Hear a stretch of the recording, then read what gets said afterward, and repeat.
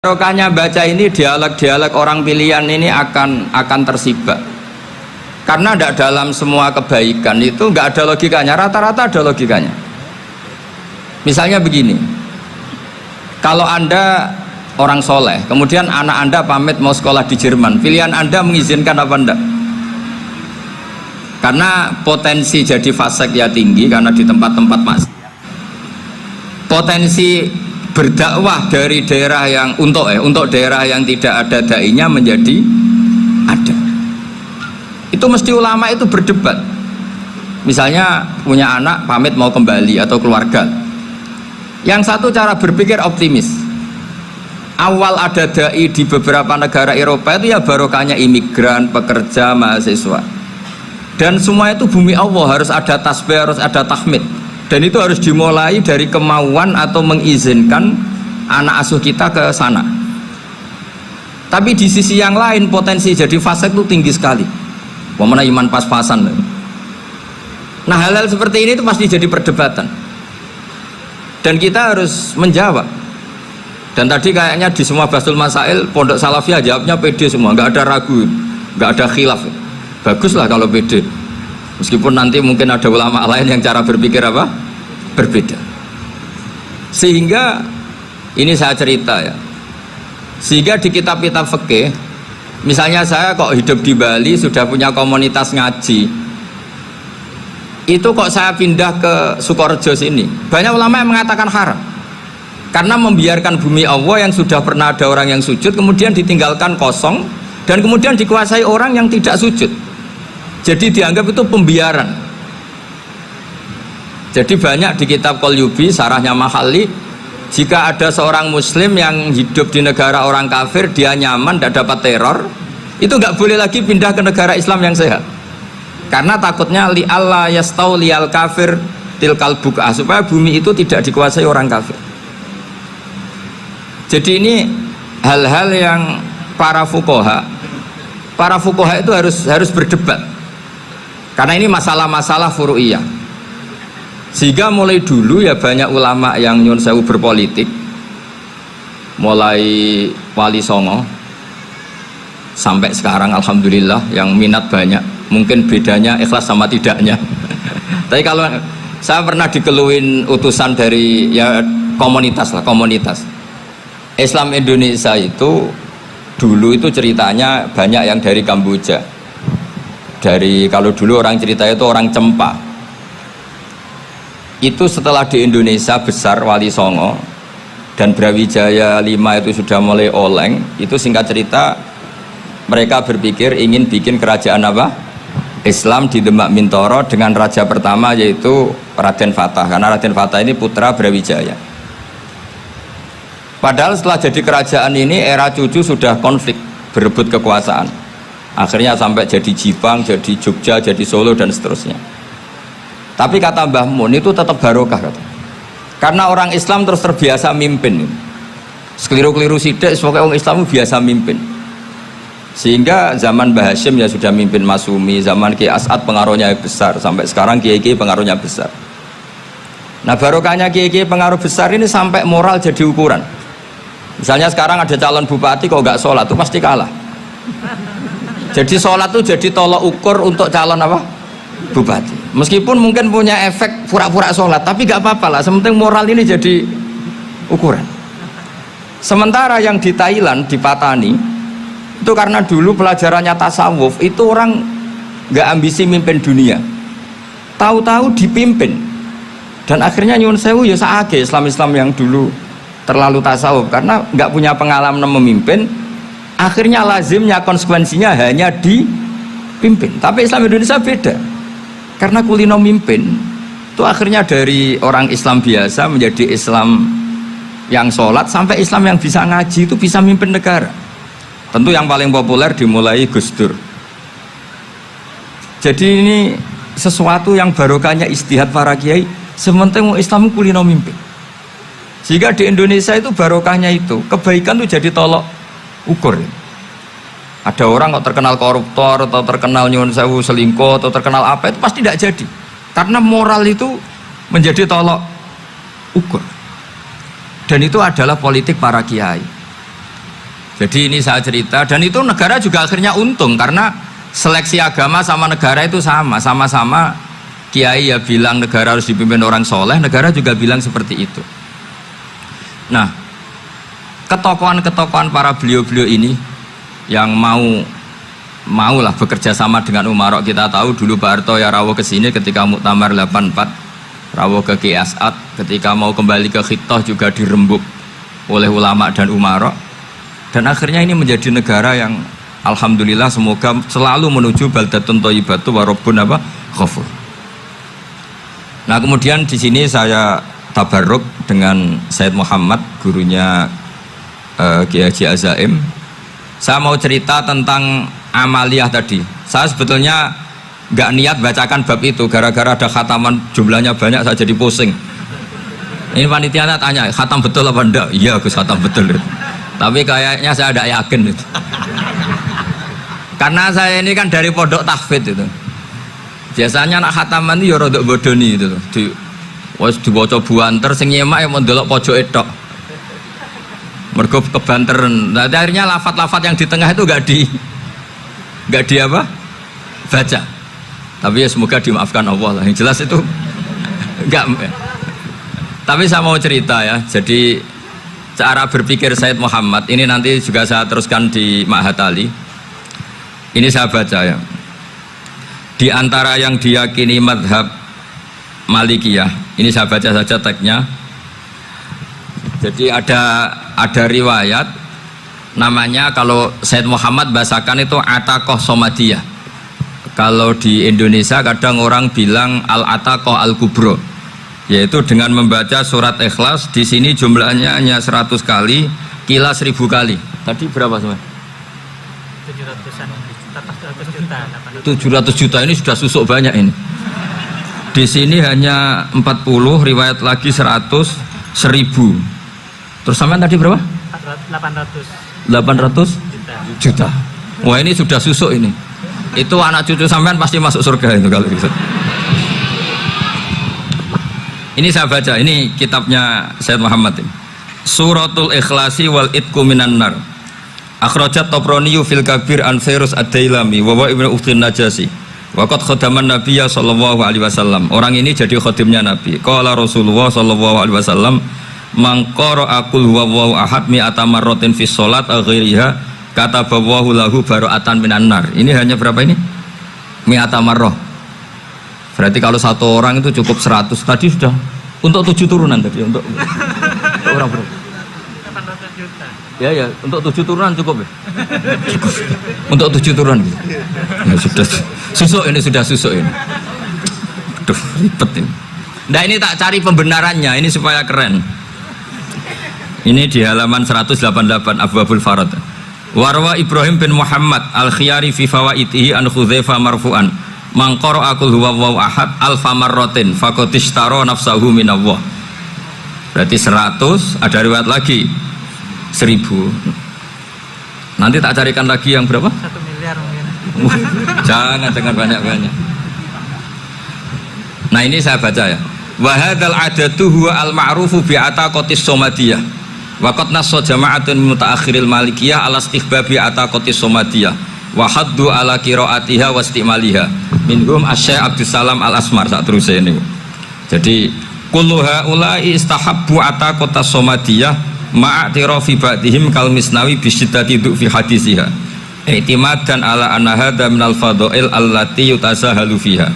Faman sa'a yasta'milaha raja'a khusulama fiha fala ba'sa bidzalik ala syarti alla ya'taqida thubuta dzalika anin nabi sallallahu alaihi wasallam hatta la yaqa fil kitsbi alaihi.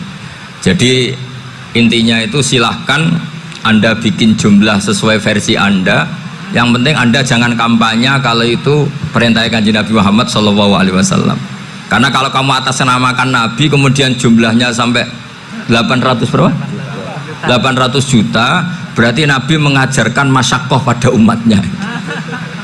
Jadi cukup yang riwayat itu di sini hanya 100 sama 1000. Jadi kalau jumlah tadi untuk 7 apa?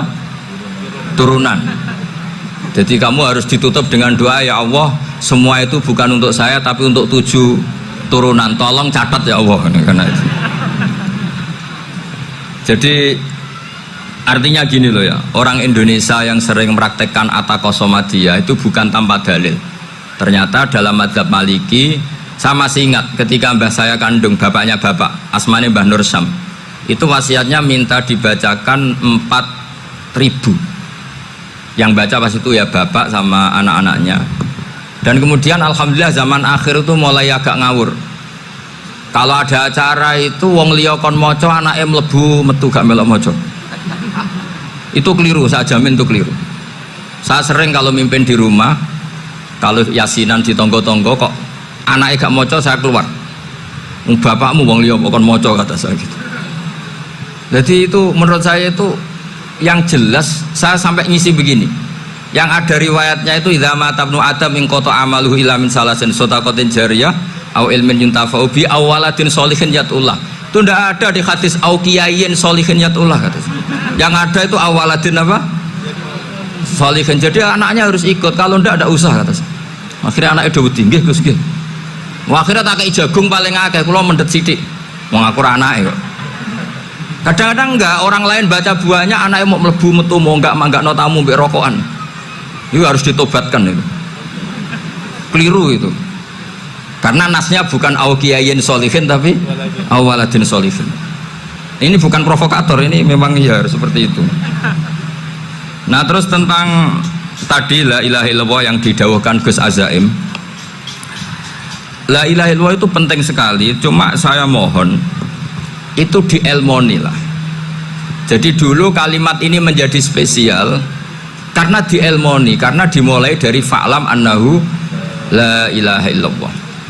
Terusannya ayat tuh wastaghfir li dzambika walil mu'minina wal mu'minat. Saya ulang lagi ya. Terusannya ayat tuh wastaghfir li dzambika walil mu'minina wal mu'minat. Makanya menurut mazhab Sadili, kamu disuruh baca la ilaha illallah dulu, jangan istighfar dulu. Saya ulang lagi ya. Dalam mazhab Sadiliyah itu la ilaha illallah dulu, nggak boleh istighfar dulu. Alasannya masuk akal. Orang yang kafir 70 tahun itu sekali baca la ilaha illallah itu langsung yughfar lahum ma qad salaf. Sehingga la ilaha illallah sendiri sudah punya kekuatan supaya dosa kita diampuni. Qul lil ladzina kafaru iyantahu yughfar lahum ma qad salaf. Cara menghentikan kekafiran gimana? Dia melafadzkan la ilaha illallah. Ini kalimat yang begitu saktinya sampai orang yang kafir puluhan tahun itu dosanya semuanya terhapus hanya karena melafadzkan la ilaha illallah. Nah, makanya kata Abdul Hasan Asadili wastaghfir li dzambika ay bihadil kalimah. Seseorang sah diistighfar itu kalau melafadzkan la ilaha illallah. Misalnya ada orang kafir mati kafir, sah nggak anak cucunya mengistighfari dia? Tidak sah karena belum melafadzkan la ilaha illallah. Makanya kata Abdul Hasan Asadili wastaghfir li dzambika ay bihadil kalimah. Sehingga lafadz ini spesial betul. Tapi kadang-kadang beberapa mursyid cara berpikir lain. Ini kalimah thayyibah harus dibaca orang suci, sehingga mendahulukan apa? Istighfar. Untuk supaya pas ngelafatkan kalimah thayyibah sudah dalam keadaan apa? Suci. Itu juga masuk akal. Tapi secara meyakinkan saya sendiri lebih mengikuti manhajnya Abil Hasan Asyadzili karena alasannya tadi, yang kafir puluhan tahun saja langsung luntur dosanya karena melafadzkan la ilaha illallah. Artinya la ilaha illallah sendiri sudah bagian dari istighfar. Nah, ya tadi buktinya fa'lam annahu la ilaha illallah terus wastaghfir li dzambika walil mu'minina. Jadi orang sah diistighfari itu setelah dipastikan sah tauhidnya. Jadi setelah tauhidnya sah yaitu la ilaha illallah baru sah apa? Diistighfari. Sehingga orang kafir, saya ulang lagi, orang kafir yang mati kafir anak cucunya tidak boleh apa? Tidak boleh menistighfari.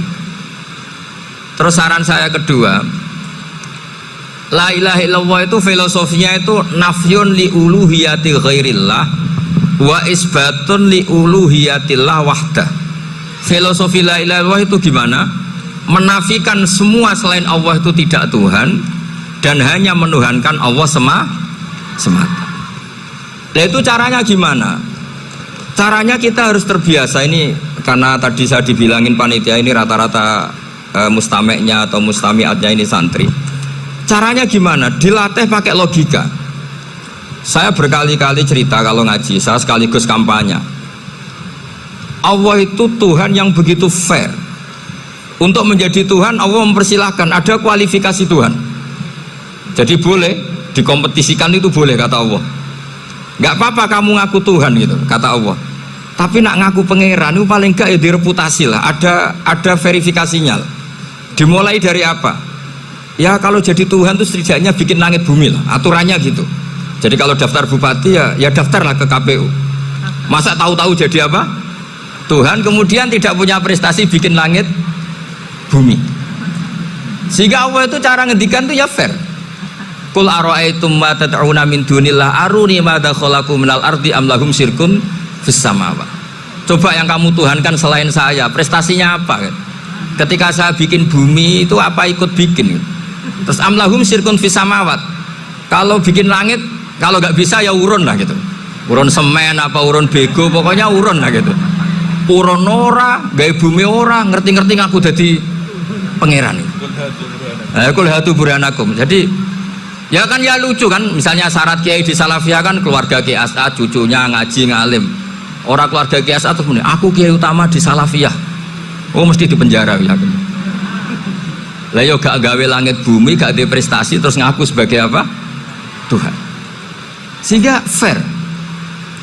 Makanya saya berkali-kali cerita. Jubair bin Mut'im itu punya anak namanya Muhammad. Ini sudah orang alim, Muhammad bin Jubair bin Mut'im. Itu cerita awala islami abi. Mut'im itu orang pinter sekali. Saking pinternya dia jadi delegasinya orang Quraisy datang ke Rasulullah sebagai negosiator untuk membebaskan Asra Badrin, tawanan perang apa? Badar. Yang namanya disuruh itu pasti orang pinter.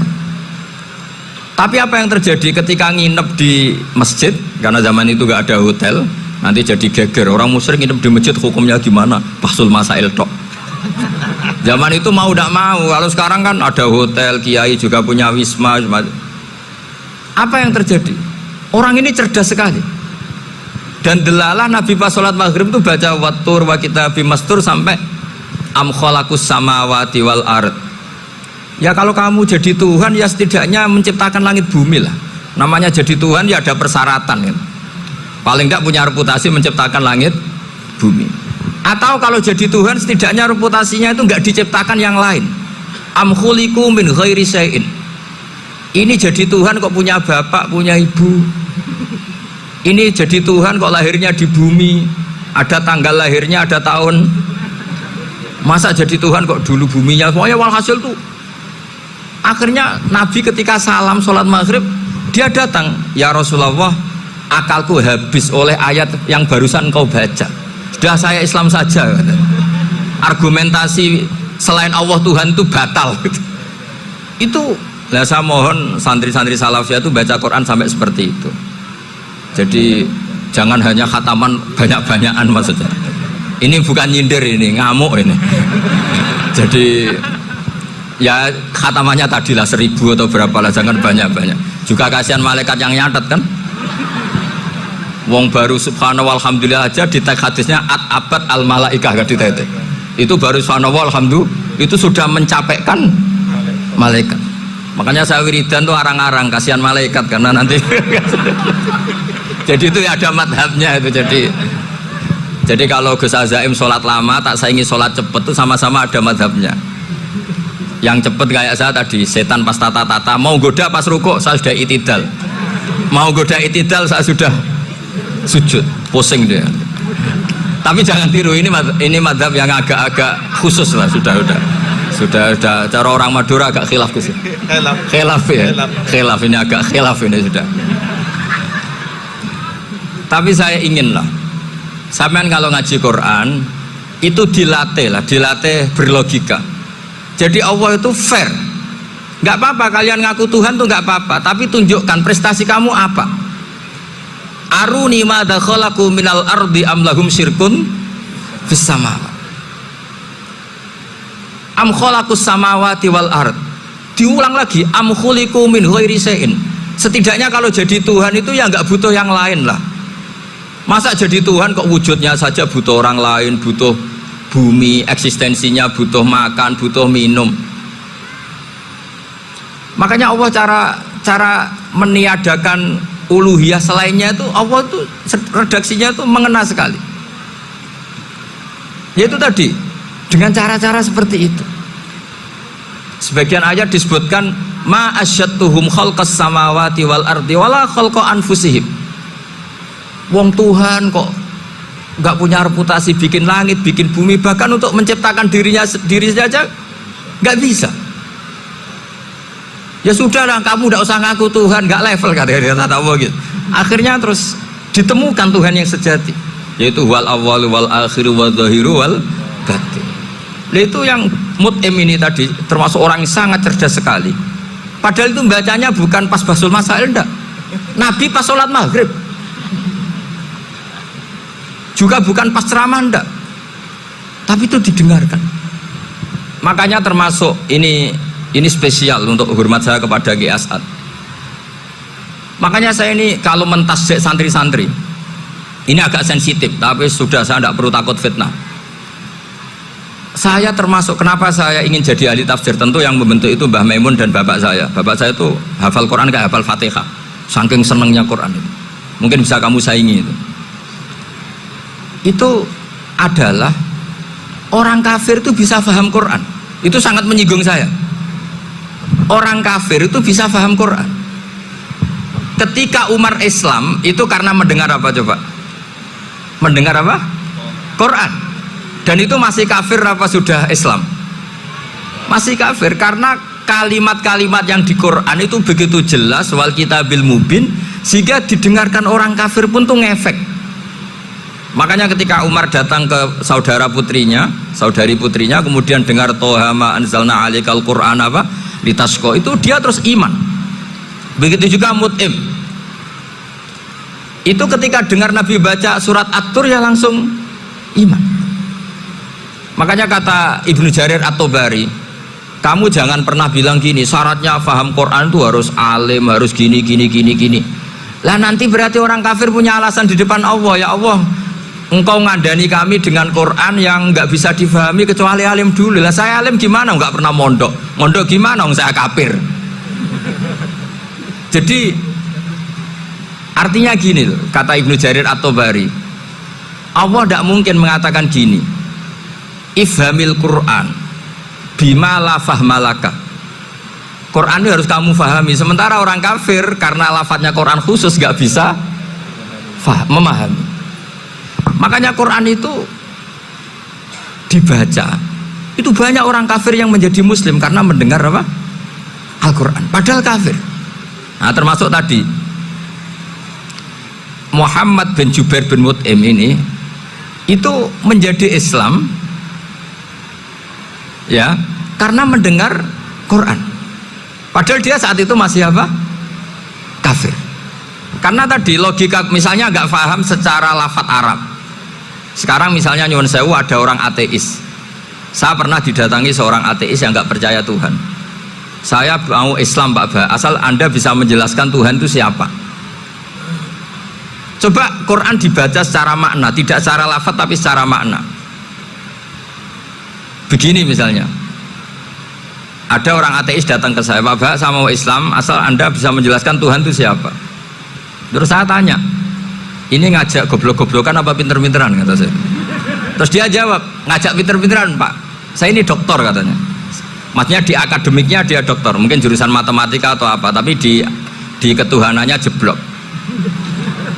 Terus tak tanya, kalau ini ada kertas, kamu suka ada rumusnya apa suka ada? Ya suka ada rumusnya. Kenapa ada kertas? Ya karena ada yang bikin. Nah kira-kira berstatus membikin atau membuat itu sesuatunya maujud apa enggak? Ya pasti maujud lah, pasti ada. Ya sudah, anggap Tuhan itu adalah sebab dari semua yang ada. Masa alam yang seperti ini, langit dan bumi ini maujudat, kemudian kamu katakan kholaqohal adam, bahwa alam raya yang maujud ini diciptakan oleh ketiadaan. Ya juga, berarti Tuhan itu ya. Ya itu yang namanya Tuhan. Lah mulai dulu kiai-kiai ngomong gitu kan saya Islam katanya. Jadi kiai-kiai itu kadang-kadang kalau dakwah pokoknya KBU digawe Tuhan. Beda dengan dakwanya orang-orang mantek. Orang-orang mantek itu kan nggak pernah nyebut Allah. Ini alam hawadis, la budda min muhdis. Meskipun mereka, nah muhdis ini menurut Islam namanya Allah, tapi sebetulnya kan nggak langsung bilang Allah. Jadi tak kasih tahu, alam raya ini mewujud nggak? Ya mewujud Pak Ba. Bisa nggak sesuatu yang nggak ada menjadi faktor wujudnya yang ada? Ya nggak bisa, namanya nggak ada itu nggak bisa jadi faktor. Nah itu hebatnya ulama-ulama kita ketika mengenalkan Allah itu siapa? Zat yang wajibil wujud. Jadi kita ini kalah pinter be ulama-ulama dulu. Ya alhamdulillah kalahnya sama ulama dulu. Kalau kalah sama ulama sekarang isen lah. Jadi ulama dulu sudah pinter. Pasti pertanyaan dasar manusia, hadil maujudat tuh man khalaqaha, siapa yang menciptakan? Kalau kamu langsung jawab Allah atau Tuhan, mereka pasti tidak nerima. Ya jawab saja hadil maujudat mesti khalaqaha maujudun. Nah berhubung maujud ini berstatus pencipta harus super. Lah super ini oleh ulama disebut wajibul wujud atau musabbibul asbab, yang oleh Islam dinamai Allah. Tapi kita langsung ngomong Allah ya mesti aja bingungkan kan bagi yang bingung maksudnya. Ya saya mohonlah kalimat-kalimat la ilaha illallah itu diamatilah, diresapi sampai seperti penjelasan saya ini sehingga punya kualitas ilmu. Karena syaratnya memang fa'lam, harus punya kualitas apa? Ilmu. Ilmu itu apa? Ma'rifatus syai' ala ma huwa alaih. Mengenal sesuatu sesuai detail-detail sifatnya sesuatu itu. Misalnya kalau Allah sudah jadi Tuhan, ya harusnya qabla kulli syai'. Masa Tuhan sama yang dituhani wujudnya dulu yang dituhani? Ditemukanlah sifat awal atau qadim. Makanya benar Gus Azaim tadi, kalau sudah bertauhid harus hafal akidah berapa khamsin. Dimulai apa? Wujud. Kenapa harus dikatakan wujud? Karena alam raya ini kadung maujudat. Hadhil alam maujudun. Masa maujudun khalaqahul adam, masa maujudat khalaqahul adam. Nah itu yang disebut am khuliqu min ghairi syai'in am humul khaliqun. Jadi saya mohon semohon-mohonnya, cobalah tradisi-tradisi lihat baru ayat ini dihidupkan lagi sehingga kita baca Quran itu sekaligus menjadi orang yang sangat argumentatif. Karena Quran adalah qul falillahil hujjatul balighah. Dilatih, jangan bosan dilatih. Makanya kalau saya baca ayat-ayat seperti itu, cek fair Allah itu fair betul. Nggak apa-apa saya punya pesaing kata Allah, tapi yang imbang dong. Pas aku gawe langit ya bantulah, atau ada langit tandingan lah kira-kira gitu. Kalau saya bikin bumi ya ada bumi. Nah misalnya sekarang orang Cina bikin matahari, materinya dari mana coba? Dari yang sudah ada sekarang kan? Tetap saja agak ikut bikin kan? Tapi kalau Allah bikin langit bumi minal adam minal wujud.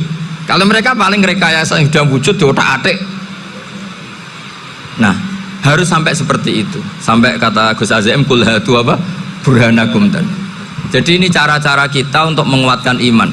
Aruni madza khalaqu minal ardi am lahum syirkun fis samawati. Terus kata Allah, "Itu nih bi kitab min qabli hadza au atharatim min ilmin."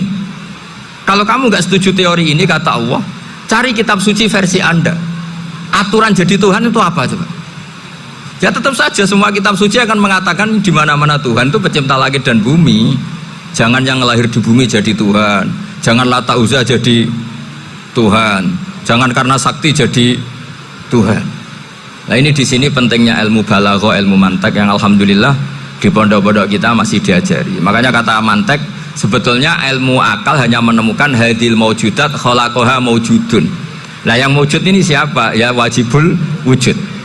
Nah kemudian Islam menamai ini Allah Subhanahu wa ta'ala. Makanya ulama dulu itu kalau ngetikan Allah itu siapa?